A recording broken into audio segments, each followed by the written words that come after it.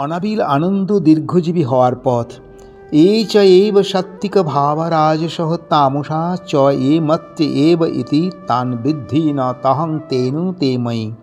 অর্থাৎ যত প্রকার সাত্ত্বিক রাজসিক তামসিক ভাব আছে সেসব আমা হতেই উৎপন্ন বলে জানবে। ত্রিভি গুণর্ময়ী ভাবৈ এবি সর্বমিদং জগৎ মোহিতং ন অভিজানাতি মামেভ্য পরম অব্যয়ম। এই তিন গুণ দ্বারা মোহিত জগৎ, এই গুণের অতীত, সর্ববিকার বর্জিত, আমাকে তারা জানতে পারে না।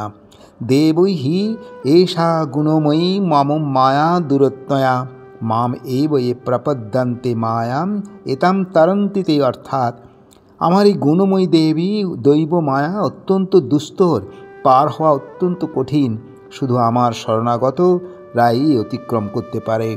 ন মাং দুষ্কৃতিন মূঢ়া প্রপদ্যন্তে নরাধমা মায়য়া অপহৃত জ্ঞানা অসুরং ভাব মিশ্রিতাঃ।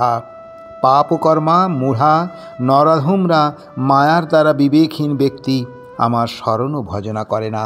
সাত্ত্বিক রাজসিক তামসিক মানুষের এই ভাবনাগুলি তার গুণ এবং নিজের ক্রিয়া মঙ্গল ও কী জাতীয় পদার্থে আকর্ষিত তা দেখেই বিভাজিত হয়।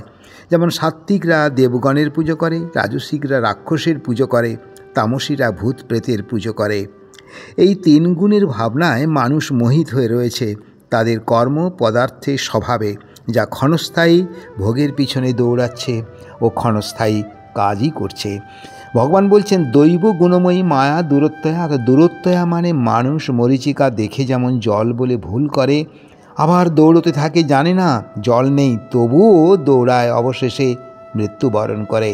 সেই জন্যই ভগবান বলছেন ঈশ্বরের অথবা আমার শরণাপন্ন হলে এই মায়া থেকে তোমরা উদ্ধার পাবে, শান্তি পাবে। এখানে দুষ্কৃতী, মূঢ়, নরাধম, অসুরং শব্দগুলি ব্যবহার করা হয়েছে। মায়ার দ্বারা আবদ্ধ হয়ে পদার্থ বা বিনাশশীল পদার্থের পেছনে ছুটে তার কামনা আসে। কামনা থেকে লোভ, লোভ থেকে মিথ্যা কথা, কপটাচার, নিষিদ্ধ কর্ম, ভয়ঙ্কর পাপে লিপ্ত হয়। এই পাপী ব্যক্তিরাই যদি দৃঢ়তার সঙ্গে ঈশ্বর বা ভগবানে আসক্ত হয় তবে তারা সেই পাপ থেকে মুক্তি পাবে, অনাবিল